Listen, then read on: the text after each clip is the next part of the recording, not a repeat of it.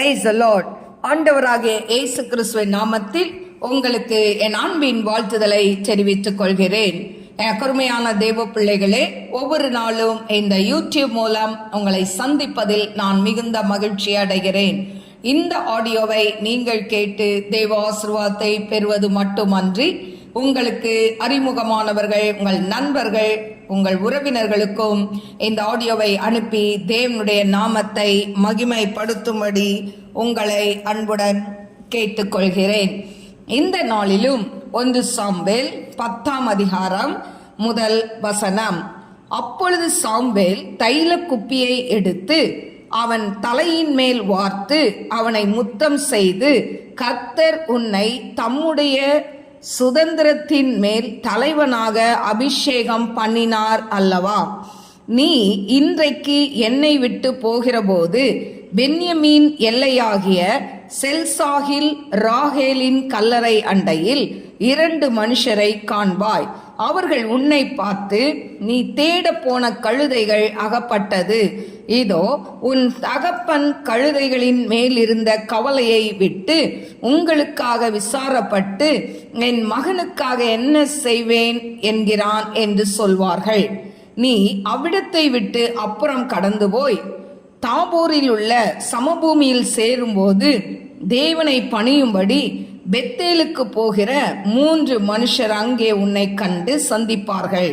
ஒருவன் 3 ஆட்டுக்குட்டிகளையும், இன்னொருவன் 3 அப்பங்களையும், வேறொருவன் திராட்சை ரசம் உள்ள ஒரு துருத்தியும் கொண்டு வந்து உன்னுடைய சுக செய்தியை விசாரித்து உனக்கு 2 அப்பங்களை கொடுப்பார்கள்.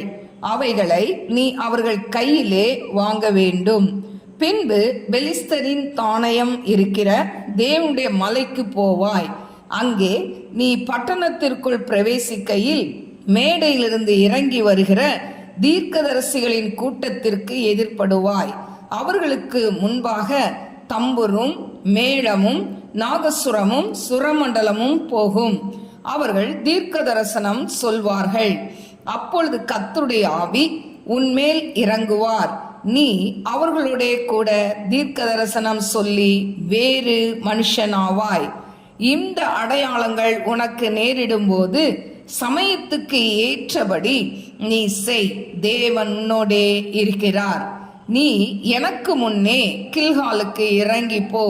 சர்வாங்க தகன பலிகளையும் சமாதான பலிகளையும் செலுத்தும்படிக்கு நான் உன்னிடத்தில் வருவேன்.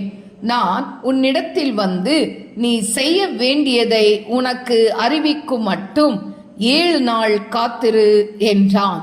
அவன் சாமுவேலை விட்டு போகும்படி திரும்பின போது தேவன் அவனுக்கு வேறே இருதயத்தை கொடுத்தார். அந்த அடையாளங்கள் எல்லாம் அன்றைய தினமே நேரிட்டது. அவர்கள் அந்த மலைக்கு வந்தபோது இதோ தீர்க்கதரிசிகளின் கூட்டம் அவனுக்கு எதிராக வந்தது. அப்பொழுது தேவனுடைய ஆவி அவன் மேல் இறங்கினதினால் அவனும் அவர்களுக்குள்ளே தீர்க்க தரிசனம் சொன்னான். அதற்கு முன்னே அவனை அறியாதவர்கள் எல்லாரும் அவன் தீர்க்கதரிசிகளோடு இருந்து தீர்க்க தரிசனம் சொல்கிறதை கண்டபோது, கீசின் குமாரனுக்கு வந்தது என்ன? சவுலும் தீர்க்கதரிசிகளில் ஒருவனோ என்று அந்த ஜனங்கள் ஒருவரோடொருவர் சொல்லிக் கொண்டார்கள். அதற்கு அங்கே இருக்கிறவர்கள் ஒருவன், இவர்களுக்கு தகப்பன் யார் என்றான். ஆதலால் சவுலும் தீர்க்கதரிசிகளில் ஒருவனோ என்பது பழமொழியாயிற்று. அவன் தீர்க்க தரிசனம் சொல்லி முடிந்த பின்பு மேடையின் மேல் வந்தான். அப்பொழுது சவுலுடைய சிறிய தகப்பன், நீங்கள் எங்கே போனீர்கள் என்று அவனையும் அவன் வேலைக்காரனையும் கேட்டான். அதற்கு அவன், நாங்கள் கழுதைகளை தேட போய் அவைகளை எங்கும் காணாதபடியினால் சாமுவேலிடத்துக்கு போனோம் என்றான். அப்பொழுது சவுலின் சிறிய தகப்பன், சாமுவேல் உங்களுக்கு சொன்னது என்ன? அதை சொல் என்றான். சவுல் தன் சிறிய தகப்பனை பார்த்து, கழுதைகள் அகப்பட்டது என்று எங்களுக்கு தீர்மானமாய் சொன்னார் என்றான்.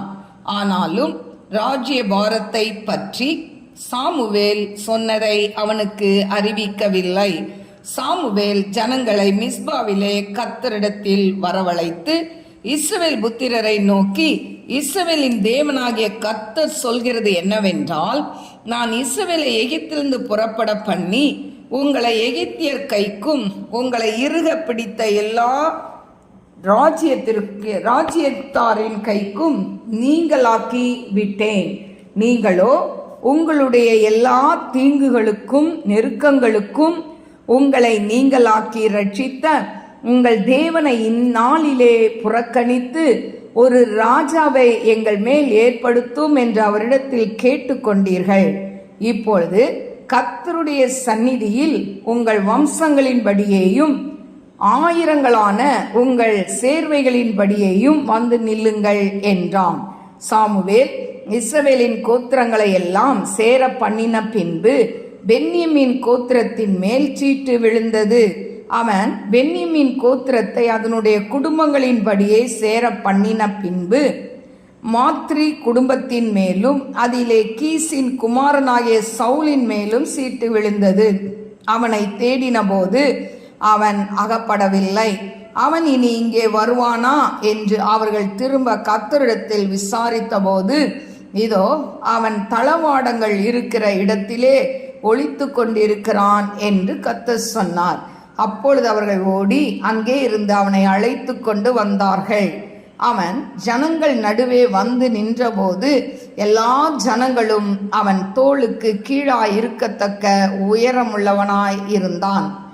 அப்பொழுது சாமுவேல் எல்லா ஜனங்களையும் நோக்கி, கர்த்தர் தெரிந்து கொண்டவனை பாருங்கள், சமஸ்த ஜனங்களுக்குள்ளும் அவனுக்கு சமானமானவன் இல்லை என்றான். அப்பொழுது ஜனங்கள் எல்லாரும் ஆர்ப்பரித்து ராஜா வாழ்க என்றார்கள். சாமுவேல் ராஜாங்கத்தின் முறையை ஜனங்களுக்கு தெரிவித்து அதை ஒரு புஸ்தகத்தில் எழுதி கர்த்தருடைய சந்நிதியில் வைத்து ஜனங்களை எல்லாம் அவரவர் வீட்டுக்கு அனுப்பிவிட்டான். சவுலும் கிபியாவில் இருக்கிற தன் வீட்டுக்கு போனான். இராணுவத்தில் தேவன் எவர்கள் மனதை ஏவினாரோ அவர்களும் அவனோடே கூட போனார்கள். ஆனாலும் பேலியாளின் மக்கள், இவனா நம்மை ரட்சிக்கப் போகிறவன் என்று சொல்லி அவனுக்கு காணிக்கை கொண்டு வராமல் அவனை அசட்டை பண்ணினார்கள். அவனோ காது கேளாதவன் போல இருந்தான். எனக்கருமையான தேவ பிள்ளைகளே, இந்த நாளிலும் 1 சாமுவேல் 10ஆம் அதிகாரம் 1 முதல் 27 வசனங்களை நான் வாசித்திருக்கிறேன். எனக்கருமையான தேவ பிள்ளைகளே, இதுக்கு முந்தின அதிகாரத்துல சாமுவேல் சொல்றாரு, தேவனுடைய வார்த்தை உனக்கு தெரிவிக்கும்படிக்கு நீ சற்றே தரித்து நில் அப்படின்னு சொல்றாரு. ஏன்னா ஆண்டவர் உனக்கு என்ன செய்ய போறாரு, நில்லுன்னு சொல்றாரு. இப்ப இந்த 10ஆம் அதிகாரத்துல பார்க்கும்போது சாமுவேல் என்ன பண்றாரு, தைல குப்பியை எடுத்து அந்த சவுல் மேல தலையில ஊத்தி அவனை முத்தம் செய்து கர்த்தர் என்ன பண்ணாரு, அவனை தலைவனாக அபிஷேகம் பண்ணினார் அப்படின்னு சொல்லி அவனை அபிஷேகம் பண்ணுகிறதை நாம் பார்க்கிறோம். எனக்கு அருமையான தெய்வ பிள்ளைகளே, அது மட்டுமல்ல, 2ஆம் வசனத்திலிருந்து 9ஆம் வசனம் வரைக்கும் அவன் போகும்போது என்னென்ன நேரிடும் என்று சொல்லி, யாரை அவன் சந்திப்பான் என்று சொல்லி சொல்கிறதை நாம் பார்க்கிறோம். அடுத்தது 10ஆம் வசனத்தில் பார்த்தீங்கன்னா, அவர்கள் அதாவது அந்த மலைக்கு வந்தபோது இதோ தீர்க்கதரிசிகளின் கூட்டம் அவனுக்கு எதிராக வந்தது. அப்பொழுது தேவனுடைய ஆவி அவன் மேல் இறங்கினதினால் அவனும் அவர்களுக்குள்ளே தீர்க்க தரிசனம் சொன்னான். இவன் சொன்ன எல்லா அடையாளங்களும் அதே அந்த நாள்லே நிறைவேறிச்சு அப்படின்னு சொல்லப்பட்டிருக்கு. அன்றைய தினமே எல்லாமே நடந்தது. 10ஆம் வசனத்துல இப்போ தீர்க்க தரிசனம் சொல்லி ஒரு கூட்டம் வரும், நீ அவங்களோட சேர்ந்து தீர்க்க தரிசனம் சொல்வேன்னு சொன்னாரு. இப்போ பார்த்தீங்கன்னா ஒரு கூட்டம் வருது, இவனும் போய் என்ன பண்றான், அவங்களோட சேர்ந்து தீர்க்க தரிசனம் சொல்கிறதை நாம் பார்க்கிறோம். ஜனங்கள் பார்க்குறாங்க, இவன் கீசினுடைய குமாரனாச்ச, இவனுக்கு என்ன நடந்தது, இவன் எப்படி தீர்க்க தரிசனம் சொல்றான், இவன் சவுலும் தீர்க்க தரிசிகளில் ஒருவனா, இப்படிலாம் அவங்க ஒருவரோட ஒருவர் பேசிக்கிறாங்க. அதனால தான் இந்த அதாவது ஒரு பழமொழி என்னன்னா 12ஆம் வசனத்தில் சொல்லப்பட்டிருக்கு, சவுலும் தீர்க்கதரிசிகளில் ஒருவனோ என்பது பழமொழி ஆயிற்று. அப்போ சவுல் தீர்க்கதரிசி இல்லை, ஆனால் அவங்களோடு சேர்ந்து தீர்க்க தரிசனம் சொல்வேன் அந்த சாமுவேல் சொன்ன வார்த்தையின்படி அவன் வாழ்க்கையில் நடந்ததுனால அவன் அந்த இடத்துல என்ன பண்ணுறான், அவன் மேலேயும் அந்த அபிஷேகம் இறங்கி அவனும் தீர்க்க தரிசனம் உரைக்கிறத நம்ம பார்க்கிறோம்.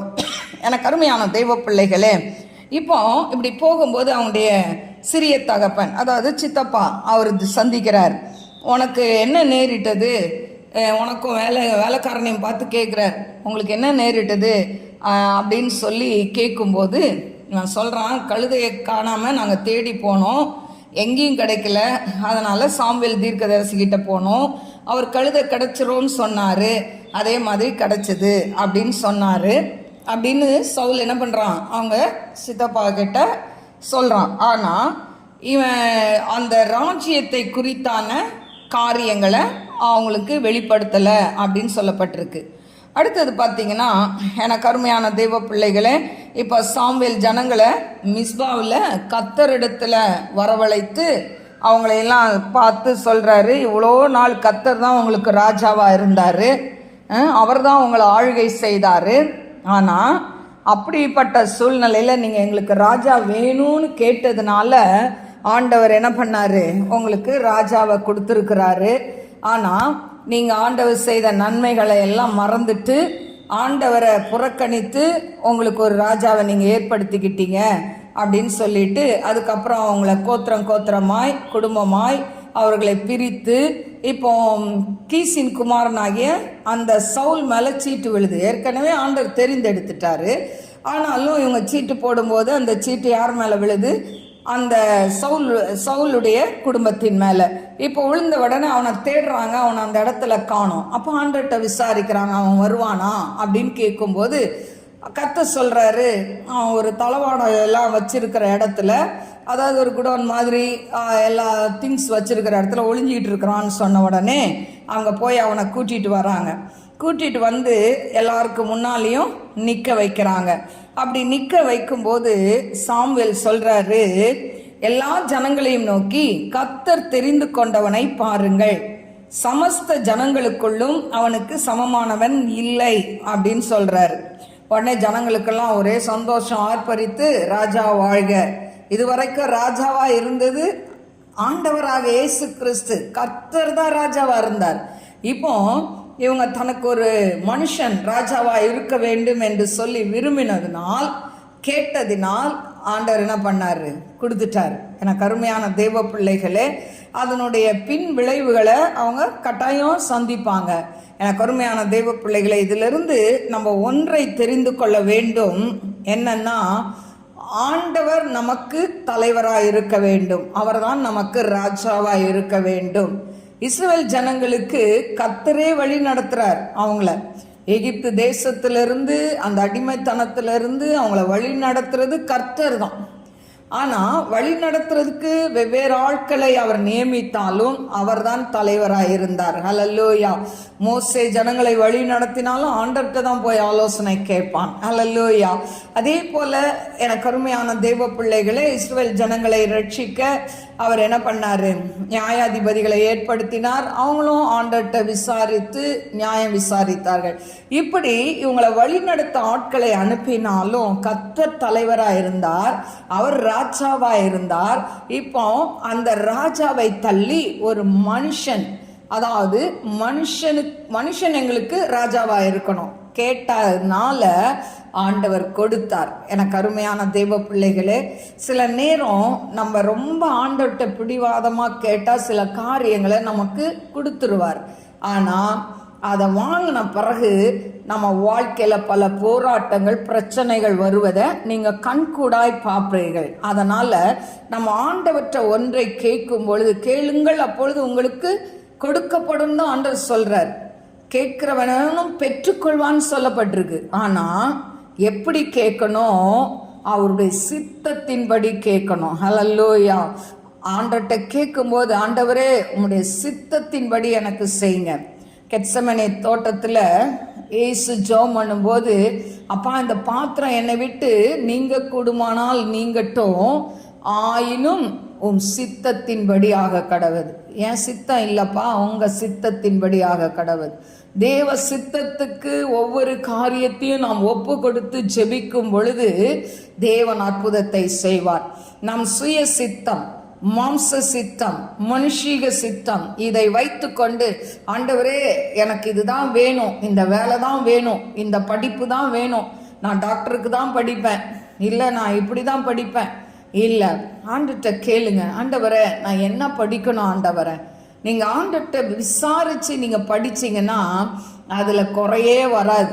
நீங்கள் நல்லா பாஸ் பண்ணி நல்ல ஒரு இதில் போஸ்டிங்கில் வந்துடுவீங்க. ஆனால் உங்களுடைய சுய சித்தத்தின்படி மாம்சம் எண்ணுகிறபடி நீங்கள் தீர்மானம் எடுத்து நீங்கள் ஒரு இதை படிச்சிங்கன்னா அதில் உங்களுக்கு யூஸே இருக்காது. அதில் நீங்கள் படித்தாலும் வேலை கிடைக்காம பல பிரச்சனைகள் கடந்து வருவதை பார்ப்பீங்க. அதனால் எனக்கு அருமையான தேவ பிள்ளைகளே, இந்த ஜனங்கள் சுயமாய் மாம்சத்தின்படி எங்களுக்கு ஒரு ராஜா வேணும்னு தீர்மானம் எடுத்தாங்க. அந்த ராஜா முதல் நல்ல அன்பாக தான் இருந்தார்.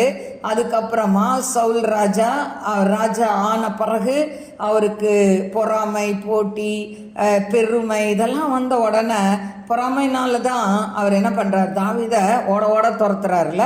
அப்போ எனக்கு அருமையான தேவ பிள்ளைகளே, ஆனால் அவன் ஆட்சிக்கு வந்த போது, ராஜாவை ஆன போது எல்லாரும் பக்கத்தில் இருக்கவங்க அந்த பேலியாளின் மக்கள் என்ன சொல்கிறாங்களாம், இவனா நம்ம ரட்சிக்க போகிறான், இவனா நமக்கு ராஜா அப்படின்னு சொல்லி அவனுக்கு காணிக்கையெல்லாம் கொடுக்கல, அவனை அசட்டை பண்ணுறாங்க. ஆனால் அந்த நேரம் அமைதலாக இருக்கிறான், காது கேட்காத மாதிரி சவுல் ராஜா போயிடுறான். ஏன்னா வந்த ஆரம்ப நாட்கள், அதனால் இந்த ஜனங்கள் என்ன சொன்னாலும் அமைதலாக போயிட்டான். ஆனால் பின் நாட்களில் அவன் எப்படி இருந்தான் என்று சொல்லி நாம் போக போக அடுத்த அதிகாரங்களில் நாம் பார்க்கலாம். அதனால் எனக்கு அருமையான தேவ பிள்ளைகளே, இந்த சாப்டர்லேருந்து நம்ம கற்றுக்கொள்ளக்கூடிய ஒரே ஒரு பாடம் என்னன்னா, தேவ சித்தத்தின்படி எதை கேட்டாலும் தேவ சித்தத்தின்படி கேட்க வேண்டும். அப்படி கேட்டிங்கன்னா உங்களுக்கு அது ஆசீர்வாதமாக இருக்கும். அது வேலையானாலும் சரி, உங்களை ஸ்கூல் செலக்ட் பண்ணுறதானாலும் சரி, அதே போல் எந்த காலேஜில் சேரணும்னு செலக்ட் பண்ணாலும் சரி, இல்லாட்டா உங்கள் மேரேஜ் ஆனாலும் சரி. எனக்கு அருமையான தேவ பிள்ளைகளே, படித்து முடித்து ஒரு 4 கம்பெனிலேருந்து உங்களுக்கு அப்பாயின்மெண்ட் ஆர்டர் வந்திருக்கலாம். ஆனால் இந்த நாளில் எதுக்கு போகணும்னு சொல்லி ஆண்டர்கிட்ட கேட்டு ஆண்டர் சொல்கிறபடி போனீங்கன்னா அது ஆசீர்வாதம். எங்கே நிறைய சேலரி கொடுக்குறாங்க அப்படின்னு ஓடக்கூடாது. ஆண்டவரே இந்த நாளிலையும் எது உமக்கு சித்தம்பா, நான் எந்த இடத்துல போய் வேலை செஞ்சால் நல்லா இருக்கும் உமக்கு தெரியும் ஆண்டவரே, நீங்கள் சொல்லுங்க அப்படின்னு தேவ சித்தத்தை கேட்டு ஒரு வேலையில் ஜாயின் பண்ணிங்கன்னா அந்த வேலையில் உங்களுக்கு எந்த ப்ராப்ளமும் இருக்காது. நீங்களாக செலக்ட் பண்ணி போனீங்கன்னா அதில் பிரச்சனை, போராட்டம், கண்ணீர், வேதனை எல்லாமே வரும். என் கருமையான தேவ பிள்ளைகளே, அதனால் சின்ன பிள்ளைங்களானாலும் பெரியவங்களானாலும் என் கருமையான தெய்வ பிள்ளைகளே, உங்கள் பிள்ளைகளுக்கு நீங்கள் திருமண காரியங்களை பார்க்குற அப்படிப்பட்ட சூழ்நிலையானாலும் தேவ சித்தத்துக்கு ஒப்பு கொடுங்க. ஆண்டவர் உங்கள் வாழ்க்கையில் பெரிய காரியங்களை செய்வார். கண்களை மூடி நாம் ஜெபிப்போம். ஸ்தோத்திரிக்கிற ஆண்டவரே, மகா பரிசுத்தமுள்ள நல்ல தகப்பனே, உம்மை நன்றியோடு ஸ்துதிக்கிற. இஸ்ரவேல் ஜனங்கள் ராஜா கேட்டாங்கப்பா ஆண்டவரே, கேட்டதுனால ஆண்டவரே உமக்கு கோபம் இருந்தாலும் அவங்க கேட்டதை நீங்கள் கொடுத்தீங்க, அதுவும் நேர்த்தியாக கொடுத்தீங்க ஆண்டவரே. அந்த சவுல் தோல் பட்டைக்கு கீழே தான் எல்லாரும் இருந்தாங்க. அந்த அளவுக்கு அவனை ஆண்டவரை உயர்த்தி ஆண்டவரே அப்பா தகப்பனே ராஜான்ற ஒரு கம்பீரத்தை வைத்து ஆண்டவரே முதல் ராஜாவாய் சவுலை ஏற்படுத்தினீங்கப்பா. ஆண்டவரே உமாக்கு துதிக்கிறேன்ப்பா. ஆண்டவரே உமா நன்றியோடு ஸ்தோத்திரிக்கிற. இப்பொழுதும் ஆண்டவரே உம்முடைய பிள்ளைகள் எதெல்லாம் கேட்குறாங்களோ ஆண்டவரே, அவங்க சித்தத்தின்படி கேட்காம, சுயத்தின்படி கேட்காம, மாம்சத்தின்படி கேட்காம தேவ சித்தத்துக்கு அர்ப்பணித்து கேட்குற பிள்ளைகளாய் மாற்றுங்கப்பா. நான் இப்படி தான் இதை தான் படிப்பேன், நான் டாக்டருக்கு தான் படிப்பேன், இல்லை நான் இன்ஜினியருக்கு தான் படிப்பேன், இல்லை இதுதான் படிப்பேன். ஆண்டவரை அடம் பிடிக்கிற ஒவ்வொரு பிள்ளைகளையும் கண்ணோக்கி பாருங்க ஏசப்பா.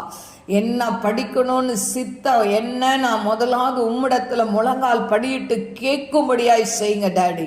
ஆண்டவரே உமாக்கு ஸ்தோத்திரிக்கிறேன். இந்த மகனை நான் கண்ணால பார்த்துட்டேன், நேசித்துட்டேன். இந்த மகளை நான் நேசித்துட்டேன். இவள் தான் எனக்கு வேணும், இவன் தான் எனக்கு வேணும்னு சொல்லி அடம் பிடித்து ஆண்டவரை ஆர்ப்பாட்டம் பண்ணுகிற வாலிப பிள்ளைகளை கண்ணோக்கி பாருங்க ஏசப்பா. ஆண்டவரே இறங்குங்கப்பா. உம்முடைய சித்தத்துக்கு தங்கள் வாழ்க்கையை அர்ப்பணிக்கிற பிள்ளைகளாய் மாற்றுவீராக டாடி. ஆண்டவரே உமாக்கு ஸ்தோத்திரிக்கிறேன், துதிக்கிறப்பா. அடைய அன்பின் கரத்துல தாழ்த்தி ஒப்பு கொடுக்கிறேன் ஆண்டவரை. அப்பா உமாக்கு துதிக்கிறேன். நான் இங்கெல்லாம் படிக்க மாட்டேன், நான் ஃபாரின் போய் தான் படிப்பேன், நான் இங்கெல்லாம் வேலை செய்ய மாட்டேன், நான் அப்ராட் போய் தான் நான் வேலை செய்யணும். ஆண்டவரே அப்பா தக்கப்பனை இப்படி ஆண்டவரை அப்பா கிடைச்ச வேலையும் விட்டுட்டு ஆண்டவரே ஃபாரின் வேலைக்காய் காத்து கொண்டிருக்கிற பிள்ளைகளோடு நீர் பேசும் ஆண்டவரை, நீர் பேசும் ஆண்டவரை.